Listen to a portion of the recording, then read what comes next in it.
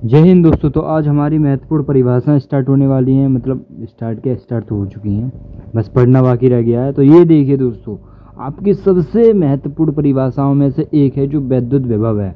इतनी इंपॉर्टेंट है ना, ये आपको ध्यान तो रखनी पड़ती है, ठीक है दोस्तों। तो इसकी परिभाषा पढ़ते आइए।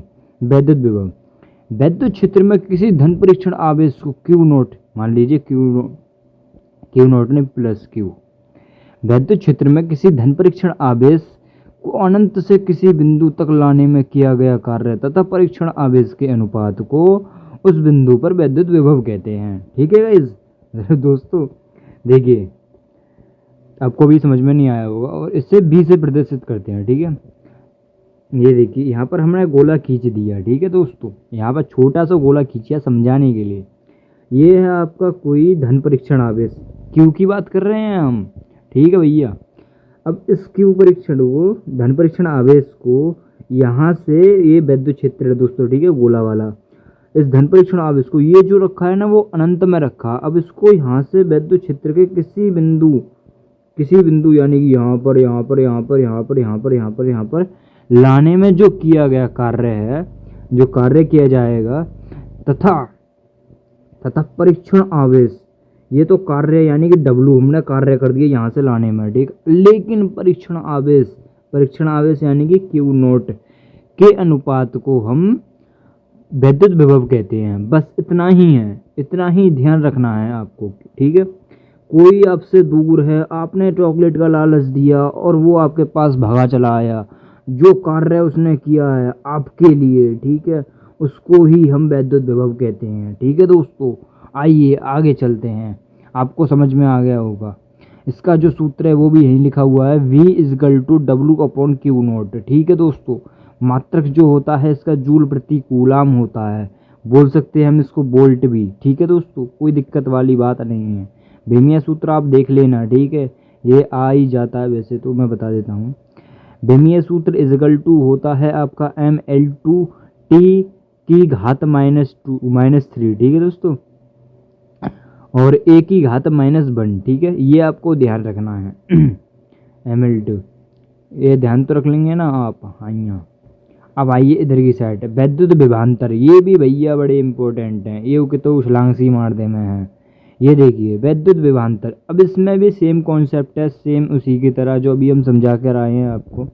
वैद्युत क्षेत्र में किसी धन परीक्षण आवेश को किसी एक बिंदु से दूसरे बिंदु तक ले जाने में किया गया कार्य किसके, वैद्युत बल के विरुद्ध किया गया कार्य तथा धन परीक्षण आवेश के मान के अनुपात को उन बिंदुओं के बीच वैद्युत विभवांतर कहते हैं। तो आइए समझाते हैं।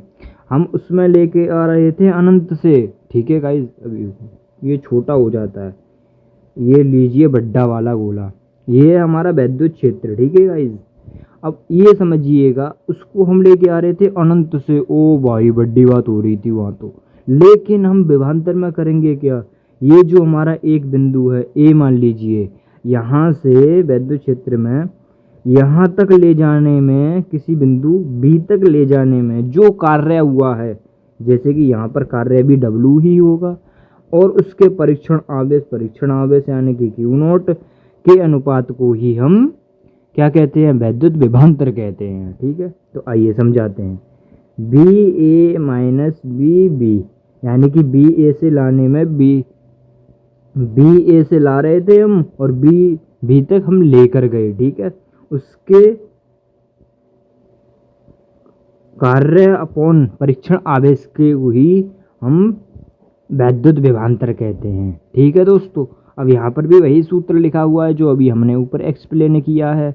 ये देखिए, BA - BB = W/Q नोट, यानी कि कार्य के और परीक्षण आवेश के अनुपात को ही हम वैद्युत विभवांतर कहते हैं। ठीक है दोस्तों, उन दोनों के बीच की दूरी को भी आप ये ध्यान रखना। ये कार्य यहाँ से A से हम B तक गए थे, वो भी वैद्युत क्षेत्र में। अब आप कह रहे होंगे कि इसमें क्यों नहीं लिखे हैं भैया तुम, क्या नाम है, वो A और B। ऐसा है कि इसमें लिखा नहीं जाता है, ठीक है ना, ये नियम कानून कहते हैं। आइए लिखा नहीं जाता, ठीक है। इसका जो मात्रक होगा वो भी सेम उसी की तरह होगा, इसी की तरह। ये देखिए जूल प्रति कूलम, इसमें भी जूल प्रति कूलम ही होगा, जो कि मैंने लिखा नहीं है, लेकिन इसका जो मात्रक होगा और दूसरा वो होगा वोल्ट, ठीक है। और इसकी जो विमीय सूत्र होगा वो भी यही होगा, mL2T-3 ये A-1, ठीक है। तो यही ध्यान रखना है आपको। आइए नेक्स्ट पेज पर चलते हैं। तो ये है आपकी वैद्युत प्रवणता। ओ भाई, ये क्वेश्चन पूछा जाता है, ये क्वेश्चन आपका टिक मार्क में दे दिया जाएगा। आप कहेंगे ये क्या हो गया भैया, ये तो किसी ने बताया ही नहीं, लेकिन हम बताएंगे ना। तो ये देखिए, वैद्युत प्रवणता वैद्युत क्षेत्र की दिशा में दूरी के परिवर्तन है, ये क्या बोल दिया। हाँ, वैद्युत क्षेत्र की दिशा में दूरी में परिवर्तन के साथ साथ विभव में परिवर्तन की दर को हम विभव प्रवणता कहते हैं। आपके साथ साथ अगर कोई दूसरा भी बदल जाए तो उसको ही हम विभव प्रवणता कहते हैं। ऐसा नहीं है, ये तो सिर्फ मजाक था एक, ये समझिएगा। वैद्युत क्षेत्र की दिशा में दूरी में परिवर्तन क्या हो गया, दूरी में परिवर्तन के साथ विभव में परिवर्तन की दर। देखिए दोस्तों, देखो विभव में परिवर्तन ऊपर की साइड लिख दिया है हमने, और दूरी में परिवर्तन इधर की साइड लिख दिया हमने नीचे अपॉन में, ठीक है। यही विभव परिवर्तन होती है। विभव परिवर्तन यानी कि विभव को हम ऊपर लिखेंगे और दूरी को हम नीचे लिखेंगे अपॉन में, ठीक है। यही हमारी विभव परिवर्तन होगी, ठीक है दोस्तों। इसका जो सूत्र बनेगा वो बनेगा -ΔV अपॉन ΔX। इसमें जो ΔV है वो वैद्युत विभव को डिनोमिनेट कर रहा है, और जो ΔX है वो इसको मीटर को डिनोमिनेट कर रहा है, यानी कि बोला जाए तो दूरी को। इसका जो मात्रक बनेगा वो बनेगा वोल्ट प्रति मीटर, क्योंकि वोल्ट ये बी है, बी का मात्रक वोल्ट होता है। और ये दूरी मीन्स मीटर, दूरी मीन्स लंबाई, लंबाई मीन्स मीटर, ठीक है दोस्तों। आइए नेक्स्ट परिभाषा, समविभव पृष्ठ। वैद्युत क्षेत्र में खींचा गया एक ऐसा पृष्ठ, मतलब वैद्युत क्षेत्र में खींचा गया ऐसा पृष्ठ जिसके सभी बिंदुओं पर वैद्युत विभव समान हो, बराबर हो, ठीक है, समविभव पृष्ठ कहलाता है, ठीक है दोस्तों। समविभव पृष्ठ कहलाता है वही वैद्युत विभव जो अभी हम आपको पीछे समझा कर आए हैं। मान लीजिए ये जो गोला खींचा है, यहाँ पर जितने भी इस बिंदु, यहाँ पर वैद्युत विभव समान हैं, तो इसीलिए हम इसको बोलेंगे समविभव पृष्ठ। ये हो गया अब हमारा समविभव पृष्ठ, ठीक है दोस्तों। बस इतना ही ध्यान रखना है आपको। अब आइए परावैद्युत पदार्थ पर। वे पदार्थ जिनमें वैद्युत धारा प्रवाहित नहीं होती, ओके, वो बड़ी बात होगी ये तो यार, ओके नहीं होता ये। वे पदार्थ जिनमें वैद्युत धारा प्रवाहित नहीं होती लेकिन बाह्य क्षेत्र में ले जाने पर वैद्युत प्रभाव उत्पन्न करते हैं और परावैद्युत पदार्थ कहलाते हैं। लाइक दैट, समझिएगा कि जैसे कि मान लीजिए एक आपके पास लकड़ी है, ठीक है, उसमें कोई विद्युत धारा तो प्रवाहित होती नहीं है, लेकिन अगर उसमें तुम पानी डालकर ठीक है बिजली के पास ले जाओगे, उसमें घुसेड़ दोगे प्लग में ले जाकर, तो उसके बाद आपके हाथ में जो झंझनाहट होगी, तो आप जो है ना उधर की साइड भी जा सकते हैं, वो जो वहाँ पर आप फूकते हैं वहाँ, समझ रहे होंगे आप, ठीक है दोस्तों। तो इसीलिए ऐसा ट्राई मत करिएगा, लेकिन वो वैद्युत प्रभाव उत्पन्न करते हैं जब, उसी को हम परावैद्युत पदार्थ कहते हैं, ठीक है।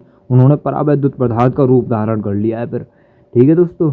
और क्या चीज़ होती है, ये लकड़ी चीज़ होती है, और भी बहुत सारे एग्जाम्पल होते हैं जो कि अभी ध्यान नहीं आ रहे हैं, बाद में समझा दूंगा आपको कभी। तो अब आइए भंजक विभवांतर, ठीक है। देखिए दोस्तों, हाँ चलो ये तो समझा दिया। भंजक विभवांतर, किसी संधारित्र में प्लेटों के बीच वह अधिकतम विभवांतर, ओ भाई बड़ी बात हो गई। किसी संधारित्र के प्लेटों के बीच वह अधिकतम विभवांतर जिस पर प्लेटों के बीच रखे परावैद्युत पदार्थ में वैद्युत भंजन होने लगता है, वो भंजक विभवांतर कहलाता है। भंजक विभवांतर होता क्या है मैं समझाता हूँ आपको। ये दो प्लेटें हैं, ठीक है, संधारित्र की, ठीक है।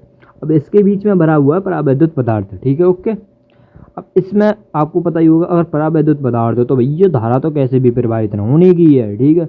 लेकिन समझिएगा, इसमें वैद्युत धारा तो प्रवाहित होने की नहीं है, ठीक है। अब इसमें हम डाल देते हैं दबाव, किसका, वैद्युत विभवांतर का। अब वैद्युत विभवांतर का जो दबाव है वो इतना ज़्यादा है ना कि ये झेल नहीं पाएगा, ठीक है दोस्तों, परावैद्युत पदार्थ। अब उसके बाद इसमें जो है ना क्या होने लगता है पता है, परावैद्युत भंजन होने लगता है, फिर वैद्युत भंजन होने लगता है। अगर इसको अधिकतम कर दें ना, मतलब जितना भी हमारे पास विभवांतर है वो हम इस पर लगा दें परावैद्युत पदार्थ में, और सबको छोड़ दें हम ऐसे ही, ठीक है। तो इसमें जो धारा है ना वो प्रवाहित होने लगेगी हल्की हल्की सी, उसी को हम वैद्युत भंजन कहते हैं, और जो हम दाब लगा रहे हैं यानी कि वैद्युत विभवांतर का जो दाब लगा रहे हैं अधिकतम, उसको भंजक विभवांतर कहते हैं। ठीक है दोस्तों, बस इतना ही है, समझ में आ गया होगा अच्छी तरीके से। आइए नेक्स्ट पेज पर चलते हैं गाइज। ठीक है, ये देखिए यहाँ पर है यहाँ पर है वैद्युत धारिता। वैद्युत धारिता, धारिता किसी का नाम नहीं है, ठीक है, कोई बुरा मत मानिएगा, ये धारिता है इसमें। ठीक है, धारिता। अब वो जो धारिता क्या है हम वो आप यहाँ पर समझाएंगे। किसी वस्तु के आवेश धारण करने की क्षमता, ओ भाई, किसी वस्तु के आवेश धारण करने की क्षमता, उसकी वैद्युत धारिता कहते हैं। समझ के देखिए, किसी वस्तु, कोई वस्तु है आपके पास, ठीक है, जो जितना पैसा लेती है, मतलब लेता है, और जो जितना धारण करता है आपसे, उसको ही हम वैद्युत धारिता कहते हैं। आप कुछ इस प्रकार भी ध्यान रख सकते हैं। ठीक है दोस्तों, वैद्युत वो किसी वस्तु के, किसी वस्तु यानी कि वो वस्तु हो गई, ठीक है, वो आवेश आपसे यानी कि पैसे धारण करने की जितनी उनकी क्षमता है, उनको ही हम वैद्युत धारिता कहते हैं। ठीक है दोस्तों, आइए नेक्स्ट वापस संधारित्र पर। संधारित्र, संधारित्र एक ऐसी युक्ति है जिसमें चालक के आकार में वृद्धि किए बिना उस पर हम पर्याप्त मात्रा में ही आवेश को संचित किया जा सकता है। दोबारा समझिए, संधारित्र एक ऐसी युक्ति है जिसमें चालक के आकार में वृद्धि किए बिना उस पर पर्याप्त मात्रा में ही आवेश को संचित किया जा सकता है। संधारित्र कोई ऐसी युक्ति है जिस पर आवेश में, जिसके हम आकार में वृद्धि किए बिना उस पर पर्याप्त मात्रा, जितनी इसकी मात्रा है उस पर ही हम आवेश को संचित किया जा सकता है, मतलब कर सकते हैं। ठीक है ना, तो यही ध्यान रखना है आपको। ठीक है, थोड़ा सा छोटा सा, अब आपको ये जरूर ध्यान रखना है, ये थोड़ा सा इंपॉर्टेंट हो जाता है आपके एग्जाम के लिए। ठीक है दोस्तों, यह संधारित्र की धारिता, किसी संधारित्र की धारिता उसकी प्लेटों के दो, समझिएगा दोबारा, किसी संधारित्र की धारिता उसकी एक प्लेट को दिए गए आवेश तथा दोनों प्लेटों के बीच उत्पन्न विभवांतर के अनुपात को हम वैद्युत धारिता, अरे ये क्या हो गया यार, अच्छा हमने कुछ और लिख दिया यहाँ पर, चलिए समझिए, इसको भी समझाते हैं।